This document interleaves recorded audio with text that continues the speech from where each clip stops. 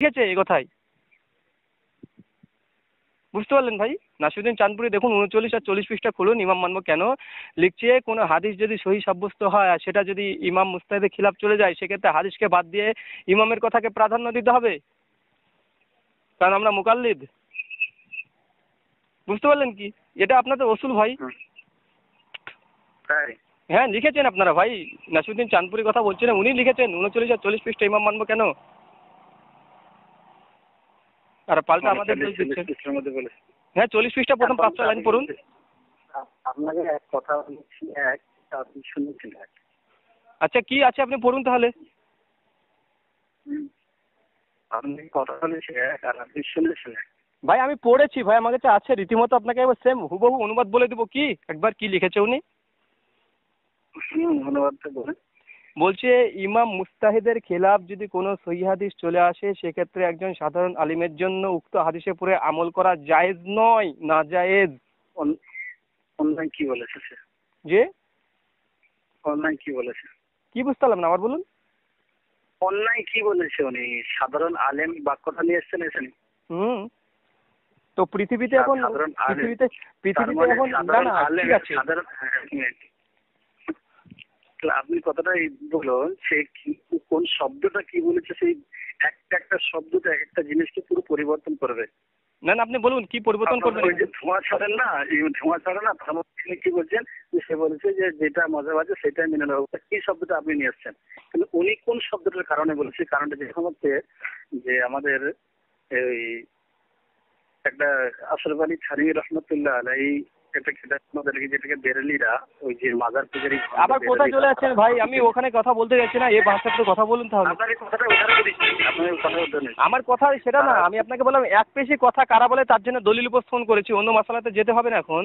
আমি বলছি এক পেশি কথা কারা বলে তার দলিল স্বয়ং সুস্পষ্ট হচ্ছে, ইমাম মুস্তাহিদের খেলাফ যদি কোনো হাদিস চলে, সেক্ষেত্রে একজন সাধারণ আলিমের উক্ত হাদিসের উপরে আমল করা জায়েজ না, নাজায়েজ করেছেন সহিহ হাদিসের কথা উল্লেখ করে। কেমন কথা বলছেন ভাই? হ্যাঁ সে অন্যায় তো বলেনি। আউযু বিল্লাহি মিনাশ শাইতানির রাজিম, সহিহ হাদিস পেয়ে যাবে একজন আলিম, কি একজন আমল করবে না? এই কোন অন্যায় কোনটা ভাই আপনাদের নাজদিক অন্যায় কোনটা? সহিহ হাদিস পেয়েছে যখন সে একটা আলেম, তাকেই মানতে হবে যতক্ষণ পর্যন্ত না এই হাদিসের তাহকিক হাদিসটাই সঠিক ভাবার কথা বা সঠিক মর্মার্থ কি সেটা তাকে বুঝতে গেলেও যে সে সাধারণ আলেমের জন্য সম্ভবপর নয়। এই জন্য উনি এই কথাটা নিয়ে এসেছেন। ভাই পৃথিবীতে কোনো মোকাল্লিদ সাধারণ না কি আছে সাধারণ? ভাই পৃথিবীর সমস্ত মোকাল্লিদ তো সাধারণ আলিমের অন্তর্ভুক্ত। পাক্কা মুজতাহিদ। হ্যাঁ আপনারা তো পাক্কা মুজতাহিদ। না না ভাই আপনি আমাকে বলুন সাধারণ আলিমের ডেফিনেশন কি? সাধারণ আলিম পৃথিবীতে মুকাল্লিদ যে হবে সে তো সাধারণ আলিম বলে মুকাল্লিদ, সে তাকলিদ করছে। হানাফি মাযহাবে কে আছে যে অসাধারণ আলিম? সাধারণ আলিম না তো। আশরাফ আলী থানভী কি সাধারণ আলিম ছিলেন না কি ছিলেন? আশরাফ আলী থানভী রাহমাতুল্লাহ আলাইহি উনি সাধারণ ছিলেন অসাধারণ ছিলেন, উনি দলিল নিয়ে এসে সে দলিলে সেটা নাকচ করে দিয়েছে যে হ্যাঁ সেটা মাঝে ভাই বলেন কথা বলছেন যে পাগলের মতো। তো আমি তো আজ আপনি এমন কথা বলছেন তো হাসি পালে কি করব বলেন? কথা তো শেষ হয়নি, কথাটা কিছু বুঝতেই পারছি না। আপনার কথা বুঝতে পারছি, আপনি যে সাধারণ আলিমের প্রশ্ন করছি, আশরাফ আলী থানভী কি সাধারণ আলিম ছিলেন? তো ভাই কথাটা বলা শুরু করেছি আপনি এসে বলেন কি করে, তাহলে আপনার মতো তো জাহেলের সাথে কথার সময় নষ্ট করুন। আরে ভাই আপনি সাধারণ আলিম, একটা অসাধারণ আলিমের নাম বলুন পৃথিবীতে, হানফি মাযহাবের অসাধারণ আলিম কে আছে? ভাই মুকাল্লিদ হলে তো সাধারণ হয়ে গেল। তো যে আপনি হচ্ছে আশরাফ আলী রহমাতুল্লাহ আলাইহি তিনি কি বলেছেন? তিনি হাদিস পেয়ে তিনি হচ্ছে সেটাকে তার প্রতি আমল করে এই জিনিসটাকে ছেড়ে দিয়েছেন। নিশ্চয়ই ছেড়েছেন, যেগুলো ছাড়ার নয় নিশ্চয়ই ছাড়েননি। আশরাফ আলী থানভী রহমাতুল্লাহ সঙ্গে আপনার কি জ্ঞান আছে? হাসান আহমদ মাদানী রহমাতুল্লাহ কি জ্ঞান আছে? আনোয়ার শাহ কাশ্মীরি রহমাতুল্লাহ আলাইহি সম্পর্কে আপনার কি জ্ঞান আছে? বলুন কি আপনি প্রশ্ন করছেন কি? আপনি তো বলছেন যে এই তো দেখেন চারটে প্রশ্ন করলেন আরেকটা লাইনে চলে যাচ্ছে, আমি কি করব? আপনি যেগুলো সাধারণ আলেমের কথা যাচ্ছি, সাধারণ আলেমরাই তো আপনাদেরকে নিয়ে বসতে চাইছে যে আপনারা আসুন। আরে ভাই সাধারণ আলিম আপনার কোরআন হাদিস বুঝবেন না, নিজে স্বীকার করছেন, আপনাদের সঙ্গে আর বসে লাভ কি? আপনারা তো বলছেন কোরআন হাদিস আপনারা বুঝবেন না, আপনাদের আমল জায়েজ নয়, তো আপনাদের বসে আমার লাভ আছে কোনো? আপনারা আগে থেকে নিজের দৃঢ় আকিদা পোষণ করে রেখেছেন যে সাধারণ আমরা আলিম, আমরা তো কোরআন হাদিস বুঝবো না, তা আমাদের মাযহাবের খিলাফ যত আহলে হাদিসরা দলিল পেশ করুক বা অন্য কেউ সাফিরা পেশ করুক, আপনারা মানবেন না। এটা তো আপনাদের আকিদা পরিবর্তন করুন আগে, তারপরে ইনশাল্লাহ বুঝবো। আকীদা পরিবর্তন তো আগে তো বসেই মানাতে হবে। আরে ভাই বসে না, আপনাদের আকিদা পরিবর্তন করুন যে আমরা আজকে থেকে এই আকিদা ছেড়ে দিলাম। আকীদা আকীদা ছেড়ে তওবা করতে হবে। তারা যখন প্রমাণ যখন দিবে না, তখন হচ্ছে কি আকীদাকে ছেড়ে দিয়ে তওবা করতে হবে। যে এতদিন ধরে যে আকীদা পোষণ করতাম যে একজন সাধারণ আলিমের জন্য উক্ত সহিহ হাদিসের উপর আমল করা জায়েজ নয়, শুধু সাধারণ আলিমের যে জায়েজ নয় এতটা বললে তো হতো, কোরআনের আয়াতকেও ছাড়েননি যে কোরআন যদি চলে আসে সরাসরি সেক্ষেত্রেও মানা যাবে না, সাহাবীদের আসার যদি চলে আসে সেক্ষেত্রেও মানা যাবে না, এতদূর পর্যন্ত বলেছেন ভাই। তো আপনাদের এই আকীদা পরিবর্তন করুন, ইনশাল্লাহ বসবো। কিন্তু আপনার এমন আকীদা যে বসে থাকলে যে আমরা হালের গরু দিব না যতই বল, এরকম আকীদার লোকের সঙ্গে কে বসবে? আপনি বসবেন ভাই? বুঝবেন কি আপনি? কোনো একটা হালের গরু দিব না বলে চিন্তা করে রেখে দিয়েছি সেই গল্পের মতো। আমি যদি বলি যে আকীদা আমি ছেড়ে দেবো, তওবা করে আসুন, ইনশাল্লাহ বসবো। তওবা করতে হবে দিয়ে। তওবা করলে কি করে বিশ্বাস করবেন? আমি তওবা করব, আপনি গ্যারান্টি নেন? জি বলুন কি গ্যারান্টি আপনি নিতে? গ্যারান্টি নেন? হ্যাঁ তওবা করবো আমি। আপনি গ্যারান্টি নেন যে বসবো বলে? জি আমি তওবা করবো, আপনি গ্যারান্টি নেন যে আমি বসবো বলে? আচ্ছা, আপনারা একটা কিতাবে লিখুন আজ পর্যন্ত, কারণ অথেন্টিক হতে হবে, না আবার পরবর্তী সময় আপনারা উল্টাপাল্টা বলে বেড়াবেন। আপনি তো বলছেন একটা তাকলিদের উপর একটা কিতাব লিখুন, তাকলিদের উপর একটা কিতাব রচনা করুন, তাকলিদের উপরে কিতাব রচনা করে বলুন যে এই কথাটা অ্যাকচুয়াল আমাদের ভুল হয়ে গেছে, আমরা তওবা করছি। জনসাধারণের কাছে আগে এটা প্রচার করতে হবে, কারণ জনসাধারণকে কত মানুষকে গুমরাহ করেছেন এই আকীদা দিয়ে। তাহলে আপনাকে আল্লাহ রাসূল বলেছেন যে জনসাধারণের হক মানলে জনসাধারণের কাছেই ক্ষমা চাইতে হবে না, আল্লাহর কাছে শুধু ক্ষমা চাইলে তো যথেষ্ট না। আমরা তো অতটাই তওবা করব যে যদি তো তাকলিদ না জায়েজ হয় তাহলে আমরা তওবা করলাম যে আমরা আজ থেকে তাকলিদ করা ছেড়ে দেবো। সেটা আপনার তারপরে আপনাদেরকে প্রমাণিত ভাই এটা উম্মতকে না এই হাদিসটা আপনি খুব ভালোভাবে জানেন ভাই, এই হাদিসটা আপনি খুব ভালো জানেন ভাই, এই হাদিসটা খুব ভালো জানেন যে আল্লাহর সঙ্গে জড়িত পাপ আল্লাহর কাছে ক্ষমা চাইলে পাওয়া যায়, কিন্তু বান্দার সঙ্গে জড়িত পাপ যদি হয়ে যায় সেক্ষেত্রে বান্দার কাছে ক্ষমা চাইতে হবে। যেহেতু তাকলিদ ওয়াজিব, আজ পর্যন্ত ফতোয়া দিয়ে এসেছেন কোরআন সুন্নাহ চলে আসলে তাকলিদ আমাদের জন্য মুকাল্লিদের জন্য ওয়াজিব, তাই প্রথম বই লিখে সেটাকে প্রচার করতে হবে বিশ্ব মার্কেটে, তো বার করে বই লিখতে হবে তো তাকলিদের উপরে খণ্ডনে রাদ্দে তাকলিদ। ওয়াজিব নয় বলে আমি প্রচার করলাম, তারপরে যখন আবার দেখলাম আপনাদের প্রমাণিতের পরে যে তাকলিদ ওয়াজিব, তখন কি হবে? তখন আমরা বই লিখবো, আমরা আবার বই লিখবো তখন আমরা তওবা করে বই প্রচার করবো বিশ্ব মার্কেটে। তো তোমরা আগে হচ্ছে আপনারাই এইটা আগে প্রচার করেন। আরে ভাই আপনি নিজে স্বীকার প্রথমে করে নিলেন যে আমি এই তওবা করে তাহলে বসবো, তো বসতে চাইছেন তো আগে আপনি তওবা করবেন না?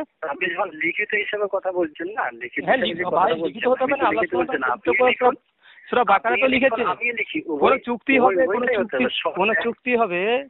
হ্যাঁ চুক্তি এক পক্ষে হয় না। ভাই শুনুন আপনাকে বলি, চুক্তি এক পক্ষে হয় না, চুক্তিটা এক পক্ষে হয় না। বলুন আগে আপনি চুক্তি কথা শেষ করেন, চুক্তি সুন্নতি তরিকা কি? হ্যাঁ বলুন, চুক্তিটা উভয় পক্ষেই হয়। বলুন, বলতে থাকুন।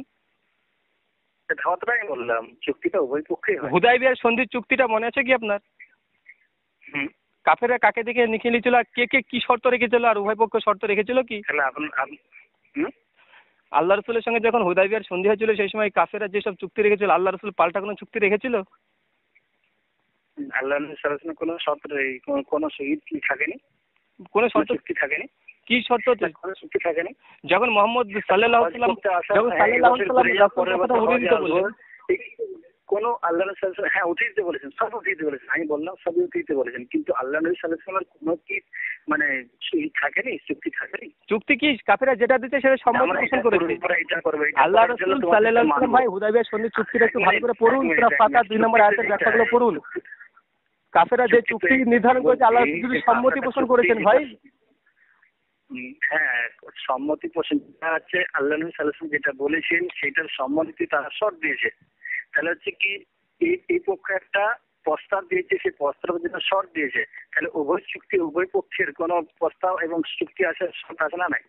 ভাই শুনুন আপনাকে বলি, আপনারা যেহেতু প্রথমে বললেন আহ্বান করছি, আপনারা কেন বসতেন না, তার জন্য তো আমরা আপনাদেরকে দিব, আপনার সবগুলোতে সম্মতি দিতে হবে, আপনারা কোনো পাল্টা কোনো পরামর্শ দিতে পারবেন না। তো আমি তো আপনাকে বললাম এবার শর্তে রাজি হয়ে আপনি বিশ্ব মার্কেটে বই আগে প্রচার করুন।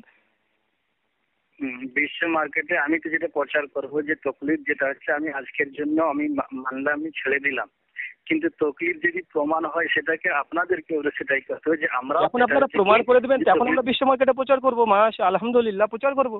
তখন কেন একই চুক্তিতে না, একই চুক্তিতে হবে না ভাই, কেন একই চুক্তিতে হবে ভাই? ওই চুক্তিতে ছিল না ভাই এটাই আপনাদের বোঝার ভুল, এটাই বোঝার ভুল, এটাই বোঝার ভুল আপনাদের, বুঝতে পারলেন তো? এখন কোরআন হাদিস দিয়ে আপনি কোরআন হাদিস দিয়ে প্রমাণ করতে পারলেন না চুক্তি শর্ত কি হয়। আপনি তো চুক্তিতেই যে পাল্টি খাচ্ছেন ভাই চুক্তি, আরে ভাই কোরআন সুন্নাহ থেকে চুক্তি আপনাকে দেখিয়ে দিলাম, তারপর আপনি যদি অস্বীকার করেন অস্বীকার করুন। আপনি তো চুক্তিতেই তো পাল্টি খাচ্ছেন। আপনাকে আরে ভাই চুক্তিতে আপনি পাল্টি খেয়েছেন। বিরোধীরা চুক্তি দিয়েছিল আল্লাহ রাসূলকে, কাফেররা চুক্তি দিয়েছে, আল্লাহ রাসূল সম্মতি পোষণ করেছিলেন, তাই আমরা যে চুক্তি দেবো সেইতে সম্মতি পোষণ করতে হবে। আপনি পাল্টা কোনো চুক্তি দিতে পারবেন না। ঠিক আছে, পাল্টা কথাটা শুনেন, আপনি বলা শেষ হয়েছে। আচ্ছা, আপনি চুক্তি করার জন্য সূরা ফাতিহা সূরা নম্বর 48 আয়াত নম্বর 2 ওটার একটু তাফসীর পড়ে নিন, ইনশাআল্লাহ পেয়ে যাবেন বিস্তারিত যে কি চুক্তি হয়েছিল হুদায়বিয়ায়। চুক্তি যেটা হয়েছিল আলহামদুলিল্লাহ জানা থাকলে এত বড় কথা বলতেন না ভাই, এতক্ষণ কথা বলার প্রয়োজন ছিল না। শ্যামল স্যার গেলে ইশারাই কাফি। কথা তো আপনি বলেই চলছেন। ছাড়ুন, আপনার চুক্তি সম্পর্কে আপনার অবগত নন, আপনার সঙ্গে কি কথা বলতে হবে আর।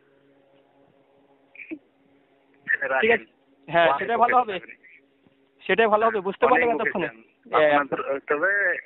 তবে কোনো কার্যকরী হবে না, খাস করে আলহামদুলিল্লাহ যতদিন দেবন জিন্দা থাকবে ততদিন আপনার এই ভারতবর্ষের মাটিতে কোনো কেরামতি ফলাতে পারবেন না। কি কেরামতি ফলাতে পারবে না সেটা বোঝা যাচ্ছে ভাই, একটা চুক্তিতে রাজি হতে পারছেন না, ঘরের মধ্যে বসে আছেন, নিজের মাসালা বয়ন করতে ভয় পাচ্ছেন, আবার আপনি নিজের মাসালা বয়ন করতে পারেন না।